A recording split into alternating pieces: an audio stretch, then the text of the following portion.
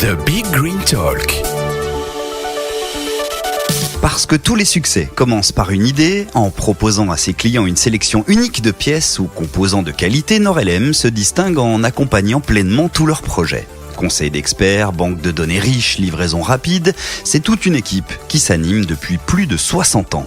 De plus, afin d'assurer la relève et continuer son développement, Norelem forme la nouvelle génération, organise des ateliers à travers le monde, s'expose dans différents salons et offre de nombreux soutiens à travers différents partenariats.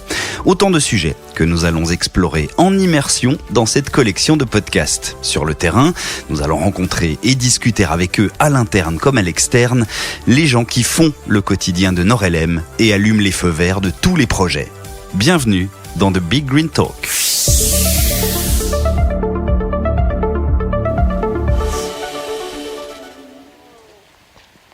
Dans ce nouvel épisode, nous allons découvrir comment est-ce que Norelem intervient auprès d'étudiants ingénieurs, tous passionnés, vous allez l'entendre, et qui à travers leurs associations ont pour projet de participer à des événements sous forme de concours, leur permettant de montrer et démontrer leur savoir-faire.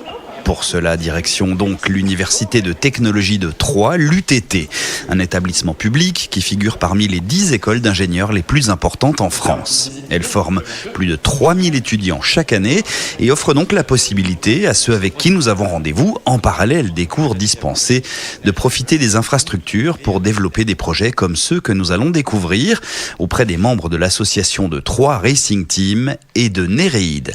Ces derniers qui sont justement en pleine activité.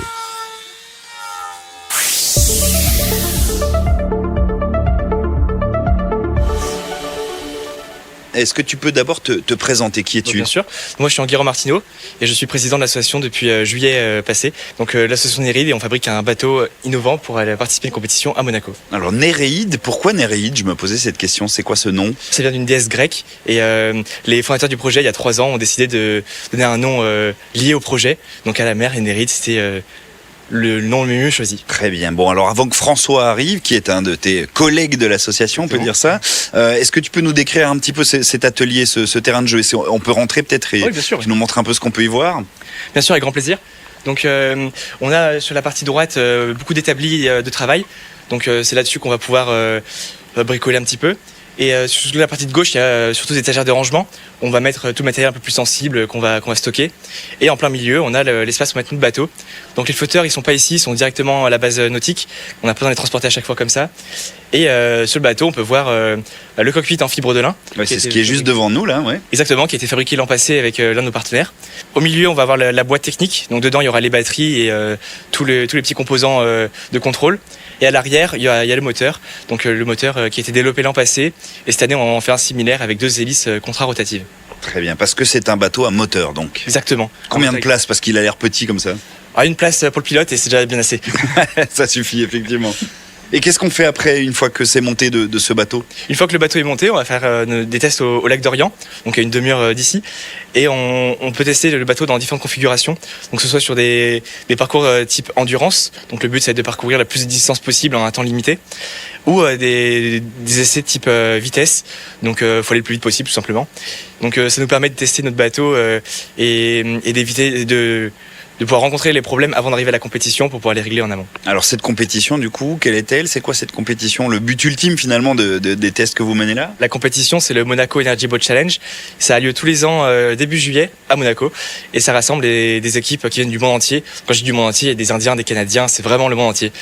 Donc il y a une 20aine d'équipes cette année et nous on fait partie des 5 équipes françaises pour cette année. Et donc ce bateau qui est en construction bien avancée sous nos yeux, il va être à Monaco là au mois de juillet. Exactement, on le retrouvera du 8 au 12 juillet sur les côtes monégasques. Avec quel objectif? Première place évidemment? Première place française et un podium.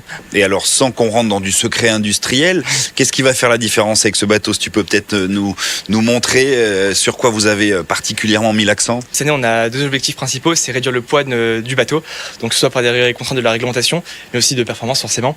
Et le deuxième élément qui va beaucoup jouer cette année, c'est l'énergie à bord. Donc on est limité à une certaine quantité d'énergie et nos batteries seront au maximum de l'énergie embarquée. Et en plus, on prévoit de rajouter des panneaux solaires cette année pour maximiser nos productions d'énergie lors de la course. Bon, on souhaite plein succès à ce bateau. Il a un nom, ce bateau? Pas encore, mais ça arrive. Ah, on va le baptiser bientôt. Exactement. Il y a quelques pistes de réflexion? Pour l'instant, pas encore, mais ça arrive et on en discute dans l'asso. Bon, j'aurai pas mon scoop alors. Très bien. Je crois que c'est François qui est arrivé. Bonjour François. Exactement, bonjour. Bon, merci de nous recevoir ici. Je commençais à discuter avec Enguerrand des tenants et aboutissants. Est-ce que tu peux te présenter, toi, qui es-tu en quelques mots? Ok, donc je suis François Pieplu, étudiant ici à l'UTT et vice-président de Nerid. Et qu'est-ce qui, toi, t'a décidé à t'engager dans cette association? Alors, c'est qu'en cours, on apprend beaucoup de théorie, et donc je voulais mettre cette théorie en pratique, donc rejoindre une asso importante comme ça de technique, pour rencontrer des gens et puis construire un bateau. Combien de fois par semaine vous venez ici? J'imagine que plus la compétition approche, plus vous allez y passer du temps. C'est ça exactement. Après, on n'a pas un planning strict, on vient quand les autres ont besoin de nous, quand on a besoin de travailler sur le bateau. Après, ça représente beaucoup d'heures par semaine, je ne saurais pas trop autour de 10-15 heures, je ne sais pas, au local ou sinon chez nous, parce qu'on travaille aussi beaucoup de chez nous, on a toute la partie partenaire à gérer, donc tout ce qui est mail, prospection, tout ça, donc ça prend aussi du temps, mais sur le bateau en lui-même, on travaille aussi énormément de temps. Ouais. Justement, parmi les partenaires, il y a Nord-LM. Comment est-ce qu'ils vous aident, Nord-LM? Nord-LM sont partenaires avec nous depuis l'an passé et on continue avec eux cette belle aventure. Donc tous les ans, ils nous donnent une partie des quelques pièces qu'on va utiliser sur notre bateau qui nous permettent de grandement avancer sur le projet. Ouais, ça nous aide vraiment beaucoup dans le projet. C'est plein de pièces qu'on utilise sur l'ensemble du bateau. C'est pas spécialisé sur un secteur. Et nous, on est très contents de travailler avec les produits Nord-LM. Par exemple, est-ce qu'on en voit là? Est-ce qu'il y en a qui sont visibles, des pièces Nord-LM, ou elles sont cachées? Alors elles sont cachées dans le renvoi d'angle et je peux vous montrer le renvoi d'angle si vous voulez. Je veux bien voir le renvoi d'angle. Alors déjà, qu'est-ce que c'est qu'un renvoi d'angle? J'ai besoin de savoir. Donc ça, c'est un renvoi d'angle. Alors à quoi ça sert? Donc exactement, on a notre moteur qui tourne à la verticale et ensuite on veut tourner 90 degrés la rotation du moteur pour faire tourner les hélices correctement. Et là, c'est un renvoi d'angle un peu particulier parce qu'on a deux hélices qui tournent dans les sens opposés. C'est pour changer la performance du système. Donc le fait d'avoir deux hélices contrarotatives permet d'augmenter l'efficacité globale de la structure. Et alors, qu'est-ce qu'il y a de Nord-LM dans cette pièce que tu tiens là? Donc les éléments de Nord-LM, donc il y a les quelques vis qu'on voit qui ferment le carter. Celle-ci là, ouais. Exactement. Et après à l'intérieur, il y a des roulements à l'intérieur qui ont été fournis par Nord-LM.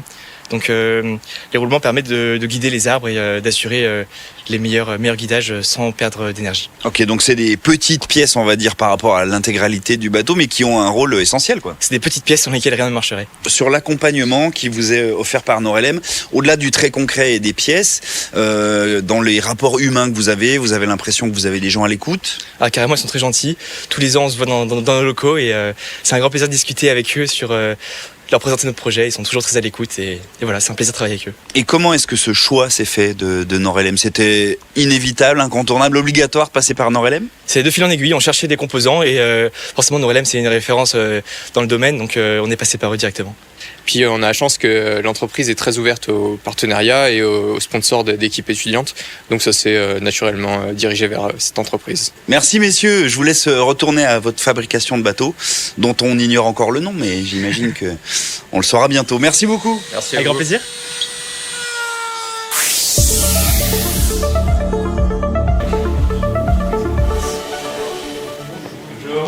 Bonjour. Et alors qui est qui? Président? C'est toi. Ok, ton prénom? Corentin. Corentin. Éloi, c'est ça? Hello. Et Gabriel. Et Gabriel. Donc voilà notre bureau. Donc on l'utilise principalement pour tout ce qui est réunion. Donc on se retrouve. Voilà, donc ça c'est par exemple la banderole qu'on avait pour notre première participation à la FS. FS, ça veut dire quoi? FS c'est Formula Student. Et donc là on participe 2026. Donc là on est sur la fabrication, l'assemblage et le reste du dimensionnement de certaines parties de la voiture. Alors c'est pas très grand, donc peut-être qu'on va vous sortir les pièces, peut-être.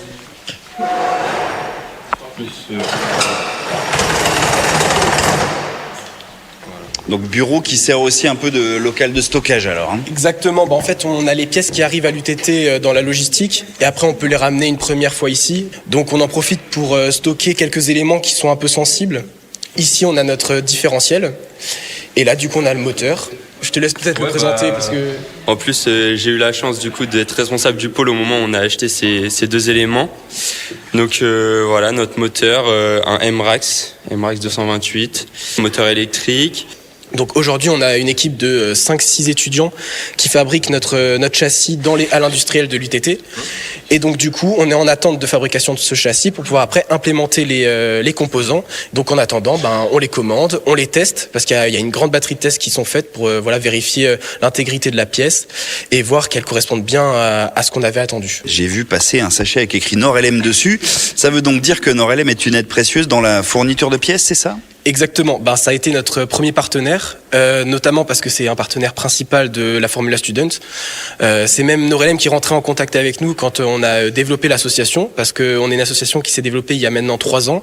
Et donc, on a déjà fait plusieurs commandes chez eux, notamment sur de la visserie, qui est assez important pour nous, de la visserie de toute taille pour pouvoir s'adapter aux composants qu'on va commander. Et donc, aujourd'hui, on essaye d'acheter des composants qui vont fitter avec les pièces qu'on a commandées chez Nord-LM. Notamment, pour tout ce qui est visserie, on va s'adapter. Et tu as le sentiment que vous trouvez votre bonheur, si on peut dire ça, dans le catalogue Nord-LM ? Exactement. C'est vrai que cette année, on est sur une année charnière, donc on a énormément de commandes. On a trouvé plein de pièces qui nous intéressent vraiment chez eux. Ça nous permet, déjà, c'est de la qualité qui est irréprochable, et en plus de ça, ça nous permet de nous habituer sur des composants professionnels. On est vraiment conscient que plus tard, c'est un atout. Et moi, par exemple, en tant que respo du pôle liaison au sol, c'est 90% je dirais des pièces qu'on achète sont des pièces Nord-LM, et c'est des pièces qui sont critiques, que ce soit pour les suspensions ou même pour la visserie en général. Par exemple, tout ce qui est rotule, visserie, en fait, ça fait en sorte que la voiture puisse exister. Donc pour ça, on est très reconnaissant, et c'est une chance d'avoir aussi ce lien qu'on a avec Nord-LM. Mais aussi en cours, on a des profs dans les cours de mécanique, de conception assistée par ordinateur, etc., qui nous disent allez sur des bases de données publiques, chercher des modèles CAO, des choses comme ça. Et du coup, maintenant que je connais Nord-LM, c'est un peu ma base de données préférée pour mettre dans ma CAO finale. Ok, parfait. Ouais. On peut aller voir le terrain de jeu ? Faisons ça.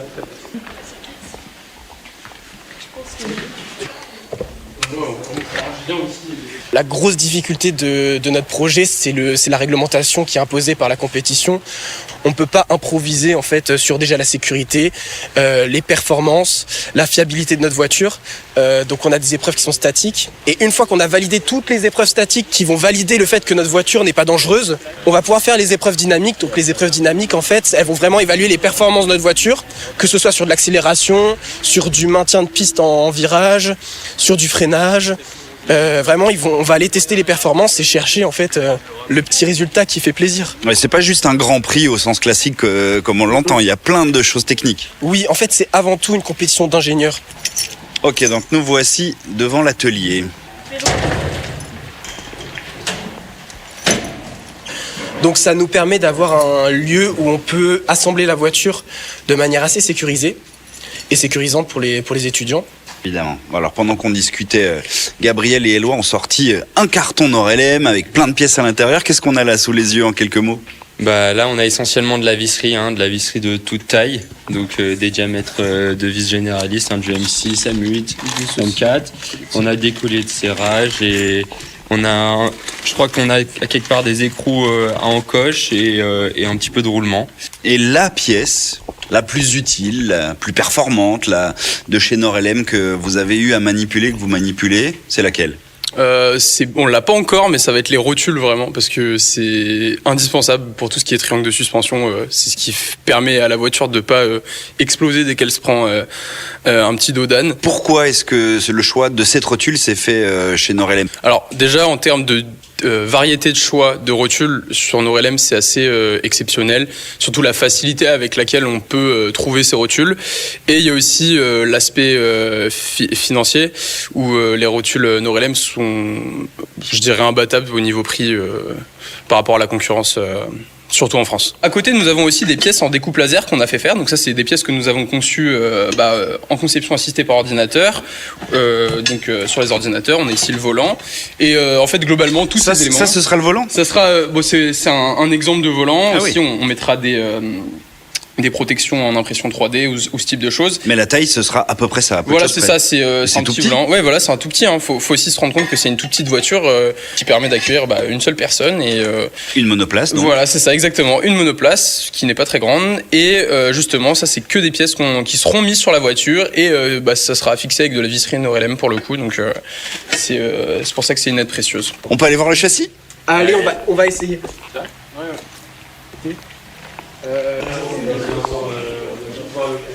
Bon, 2 salles, 2 ambiances. Alors ici, on est ambiance plus feutrée et beaucoup plus grand. Et donc, on comprend que c'est ici que se monte le châssis qui est là sous nos yeux, c'est ça ? Voilà, exactement. Alors ici, on se trouve dans la halle technique de l'UTT. Alors c'est un endroit où on va pouvoir découper les tubes du châssis, découper les tubes en général. Quand on aura besoin de faire de la soudure aussi, on va là. Ici, on a 3 postes à souder, il me semble, et tous les outils pour faire de la découpe de tubes. Et devant nous avons exactement le châssis. Alors à l'heure actuelle des choses, il y a toute la partie avant qui est en phase d'être terminée, d'être soudée. Et une grande partie des tubes ont fini d'être découpés, grugés aux bonnes dimensions et n'attendent que d'être assemblés. Ok, assemblage avec des pièces Norelem, là encore. Voilà, c'est ça. Alors, il y a déjà de la soudure et après, les pièces Norelem, ça va être surtout pour fixer les autres éléments sur le châssis pour en faire une voiture, en fait.